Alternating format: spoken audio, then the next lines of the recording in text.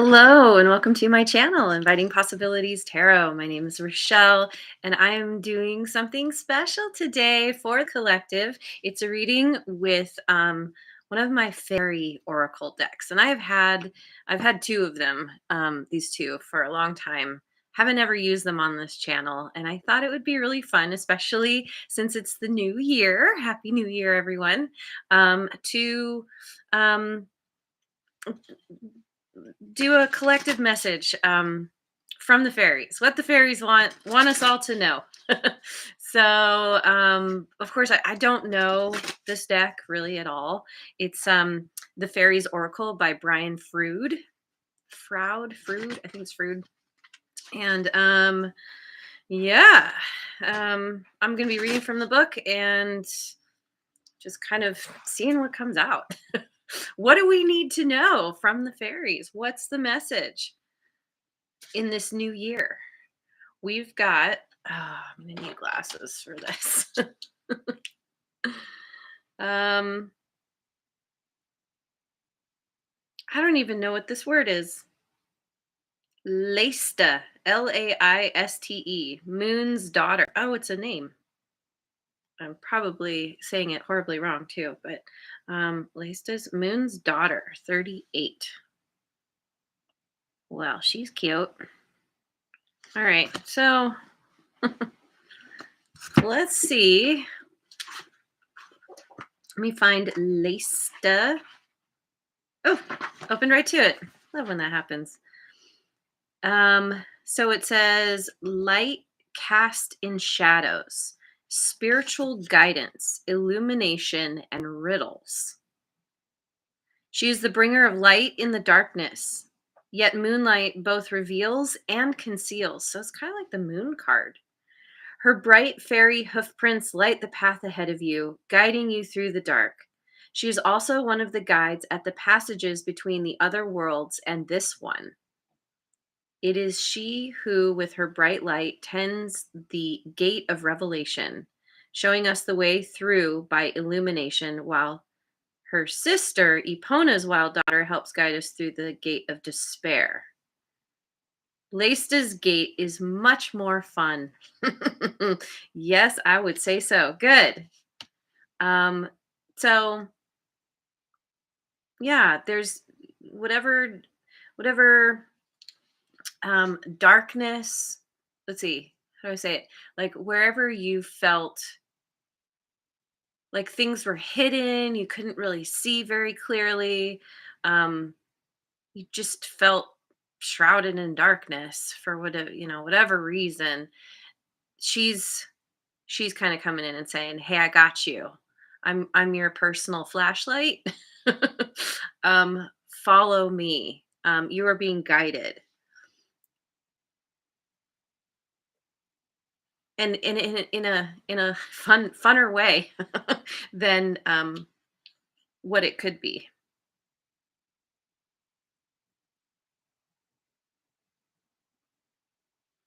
So so and it's interesting because there's kind of a message of um not following blindly, because fairies are tricksters. um Typically, I don't know about typically. I don't know fairies very well, but I know that they can get up to some shenanigans just because that's part of their nature.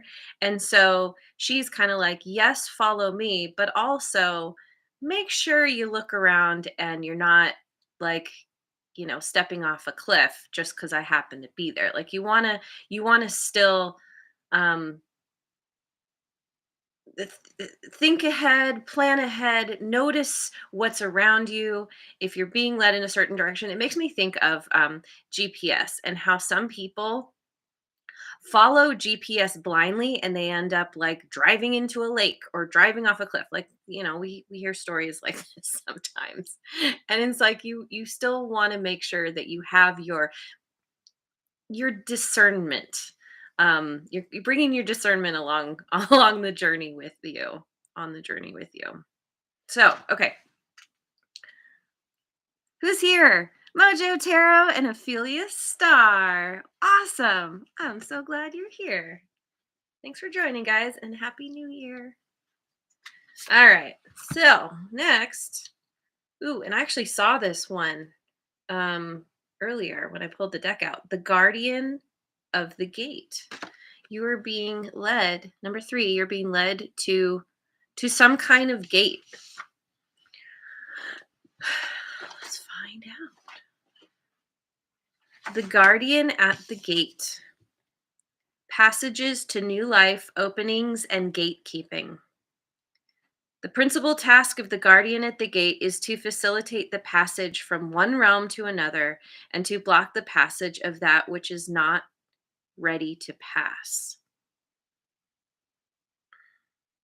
Okay, these realms may be earth, fairy, the cosmos, of the singers, or unity. They can also be considered as levels of reality or states of consciousness. In one state of consciousness, we are in the ordinary world. In another, we are in fairy or unity. Our bodies don't move, but our minds do. The guardian at the gate of unity facilitates the passage of the song into the hearts of the singers and aids the passages of humans and fairies into unity to be filled by that song when it is their time. We cannot make the mystical experience happen to us. We can only open our hearts wider and wider until we are ready, usually only momentarily, to receive it. Okay. So ultimately, yeah, I feel like you are being guided to, it sort of feels like the light at the end of the tunnel. Um, you have something that is leading you, and through your discernment, you are making your way to. I also, kind of feel like this is some kind of portal, like portal into a new world. The Yeah, the gatekeeping. You're encountering um the gatekeeper. Are you the key master? um okay, keep going. We've got the Oak Men 47. Oh. Oh, and 38 and 47 both break down to 11. So we've got a couple 11s here, which I feel like is about like self-mastery. Um yeah, and we have 232 also. So the Oak Men.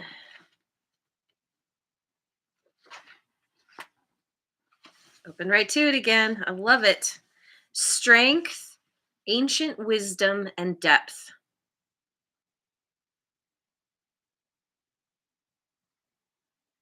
Um,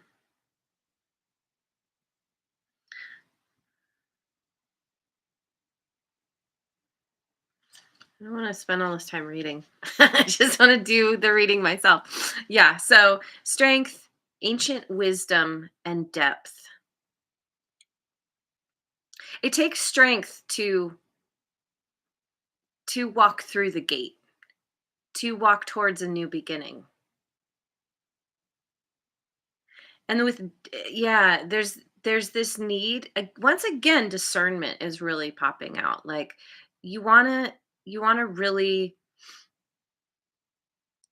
um go deep within to access that part of you that knows the direction that you need to do, that knows that it's worth it to take a risk, to take a leap of faith. Accessing ancient wisdom, it makes me think of the Akashic records. Maybe you're going to maybe you already are familiar with the Akashic records, or you're going to start studying those more, the concept of it, and use it to help inform you of what you need to do next, where you want to go, where you need to go. It's like, yeah, when you're looking at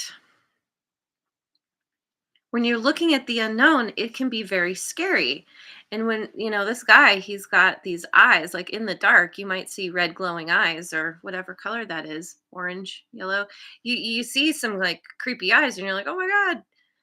Especially in the dark, it could be anything. It could be very sinister. But in fact, it's an illusion that there's something so sweet and kind behind those eyes. It's being willing to look past whatever's presenting itself to you that's making you afraid. And it's kind of, I feel like Laista, however you say her name, um, with a dim light, with the light of the moon, with your personal flashlight, things are distorted. You don't see things very clearly. But as you come closer, as you really examine what it is that seems so scary, you realize that it's just illusion. There's nothing to be afraid of at all. In fact, it's the opposite of what you thought. So, yeah, hope this is making sense.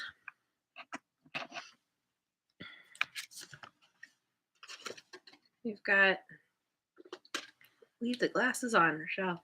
Okay. The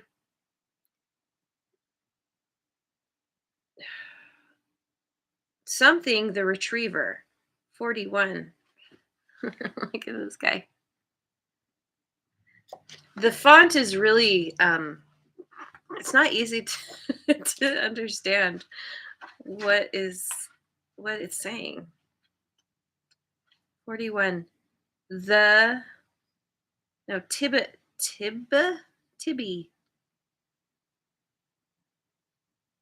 Oh, Libby? Ilby? I guess that's an I. Ilby. Okay, so Ilby.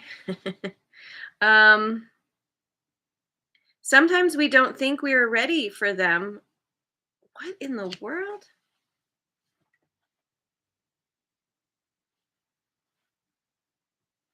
I feel like, did this start on another page?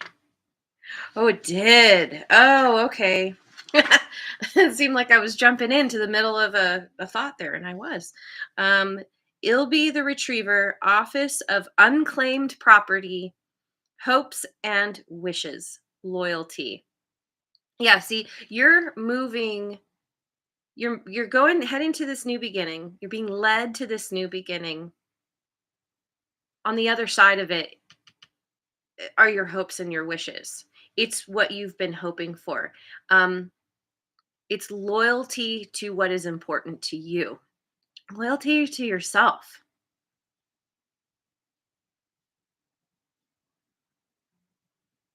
And a part of that loyalty, I think, as you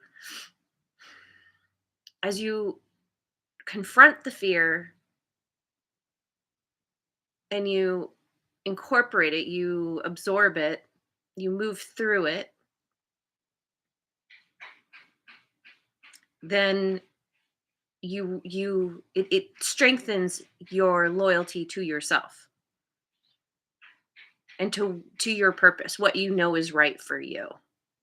There could be somebody here too, who's showing up on your path, who's very loyal to you, who sees you on this journey, who wants to help.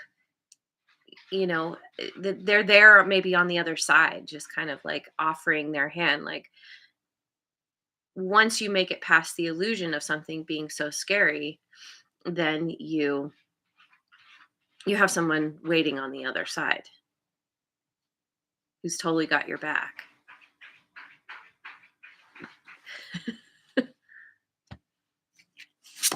This is fun. Let's see. Lies of the Shadows. Lease of the Shadows. 44. We've got so many fours here too. Lease of the Shadows.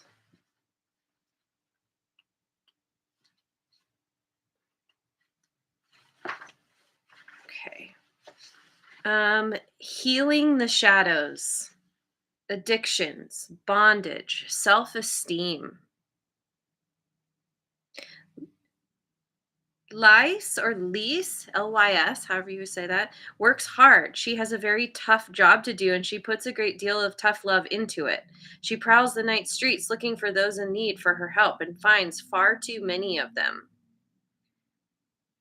Lys or Lys is the patron fairy of social workers, therapists, healers, and all others who try to help alcoholics and drug addicts and other souls caught in the darkness of their own inner shadows or who are abused by those who should have protected them. However, she doesn't sit in an office somewhere. She is out there on the dark and dangerous streets, lending a healing hand here, soothing an anguished brow there, whispering comfort and encouragement into a lonely ear, and bringing a touch of hopeful rainbow light into the deepest shadows, including those in darkened human hearts. So this is like Mother Teresa, basically, like out on the front lines, helping those people who are most struggling. So maybe you have somebody here who's like a counselor, a therapist, or or a really good friend, like a confidant or a mentor of some kind, who's helping you to heal from, like it said, from addictions, where you felt stuck, the bondage. um this can be, it's a part of what's helping you to prepare for this next, the next journey, or the new path going through this gate. In order to do it, you have to be pure of heart. I don't know, I feel like there's all kinds of movies that have this kind of uh, this concept, but like Never Ending Story, for example, where you have the two kind of they're, I don't know, sphinxes or whatever they are, the gatekeepers, and the one who is pure of heart is the one who's going to make it through, make it past the gatekeepers, make it to the other side. And pure of heart simply means being true to yourself, um, focusing on your dreams, your wishes, your goals, acknowledging and allowing and accepting your fear. It's the fear that gets you. It's like with an animal. If you show up with, emanating all this fear, they're going to attack you because they're like, it's a dissonant energy. Because when we're in fear, we're more likely to strike. And anything, like anyone on the other side of that, there's going to be resistance to that fear, to that potential of um attack. When you embrace your fear, when you accept it and allow it and move through it, there isn't that resistance. And so, it's the opposite of fear is love. And this is you embodying the love. You're being guided to um to go towards your dreams, to go towards what you truly want, and to overcome fear. Will often make us make poor choices as well, like in terms of addictions, for example. And this is you, with a lot of assistance, overcoming those things that hold you back, that bring your energy down. Okay. Oh, Lioness Kitty Cat made it. Thanks for joining. And Redbeard too. Lioness Peaches Kitty Cat. Okay. Let's get another one. The RAR. RAR. 52. RARR is what that looks like.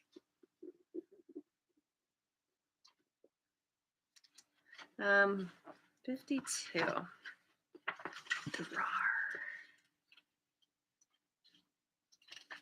Just gotta find it. Bear with me. Almost there. All right. Yeah, the RAR. Wild energy and pure potential. That's right. This is what you're meant to tap into. It's the fear that stops you from embodying that energy, that wild energy of just like letting go, being your most authentic self, being true to yourself. When you overcome fear, when if you've ever had a time when you were really scared, you were really afraid to do something, to deal with something, whatever thing, and then you do it and successfully like make it through, you overcome that fear, things aren't as bad as you expected them. um there's a feeling of like there's a feeling of relief, like, oh, that wasn't nearly as bad as I thought. But then also there's kind of this, there can often be a feeling of like, yeah, I overcame something, I'm feeling really good about myself. And it's that energy that propels you forward, that moves you into this new direction, knowing this pure potential.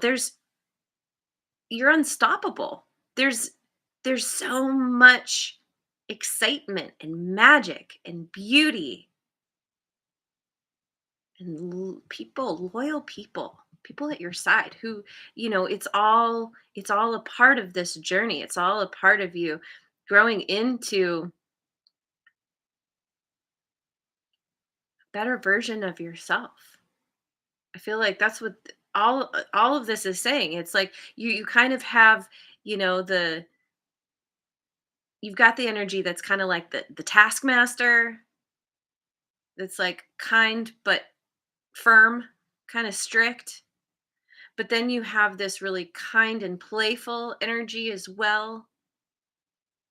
This um you've got all of these different energies that are all helping you in these different ways to embrace what you are truly capable of. I feel like you've been holding yourself back. Maybe you just didn't even realize. And you're learning to be strong.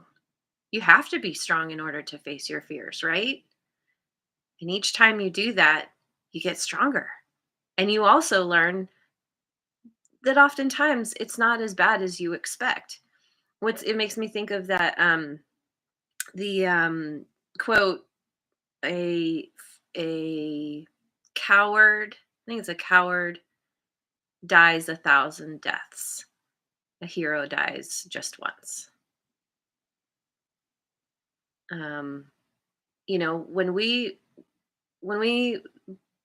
give in to our fear, when we believe it, we shrink back. We don't take those risks. We worry about all of the, worst case scenario stuff. 9 times out of 10, it is not nearly as bad as what you think it is. That's what fear does. It creates these stories, and then we believe those stories. But, the acronym for fear is false evidence appearing real, at least one of them. And this is you learning to not believe everything you think.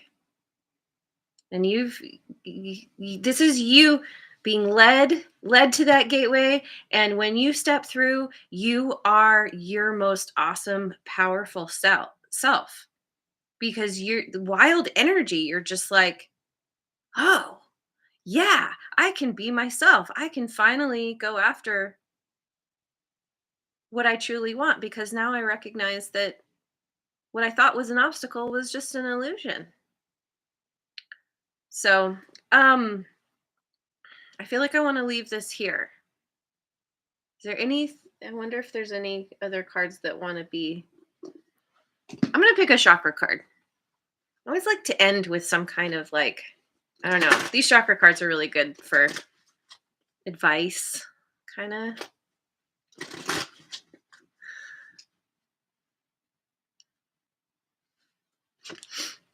Root chakra, Muladhara, Muladhara.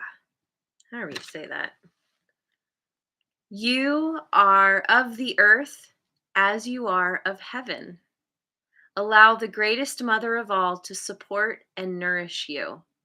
You are provided for in all ways. You are safe. And I feel it's amazing because the mother of all, allow the greatest mother of all to support and nourish you. The fairy realm is it's all rooted in the magic of the planet, the energy of the planet, of this earth.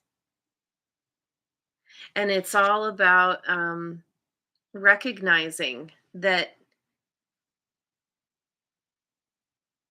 the idea that you are a spiritual being having a human experience. That human experience, like, I feel like it's very common for people like who are think they're very spiritual or on a spiritual path or whatever, that somehow there's this false concept of needing to get away from being human, needing to um I don't know, I want to say like transcend the human side. um but it's actually it's a false understanding of it, because we are here in this physical body on this planet in this 3D reality for a reason. We're not supposed to get away from it. It's supposed to help us um get more in touch with that spiritual part of ourself.